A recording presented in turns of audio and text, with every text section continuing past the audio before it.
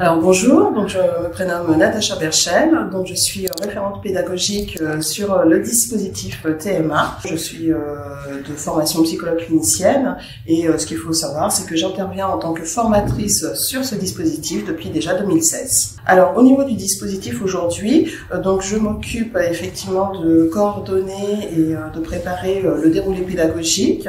Je m'occupe également de la coordination des différents intervenants avec ma collègue Sylvie Bertolino et du coup j'anime aussi un certain nombre de cours théoriques. J'exerce le suivi des stagiaires ou des apprenants plus précisément et je participe également aux différentes visites de stage et à la guidance du dossier de certification.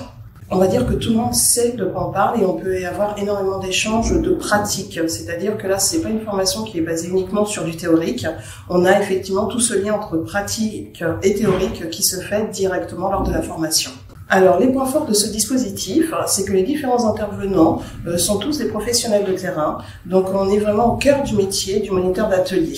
C'est vraiment le point fort et donc ça permet beaucoup d'échanges entre intervenants et apprenants. Au niveau des apports de la pratique professionnelle, il faut distinguer dans les apprenants deux profils.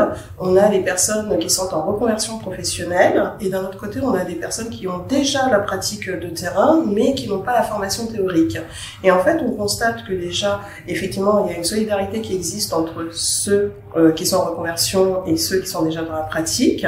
Et en même temps, ça leur donne une assise théorique pour du coup mettre du sens sur les différentes pratiques professionnelles qu'ils ont, mais aussi pour comprendre, parfois je pense notamment à certaines pathologies qu'on peut rencontrer dans les personnes qu'on accompagne, et ça leur permet d'avoir une assise professionnelle.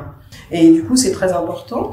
Mais de plus, ça leur permet également, du coup, de pouvoir vraiment créer leur propre identité professionnelle et d'avoir une posture professionnelle en prenant du recul sur toutes leurs activités.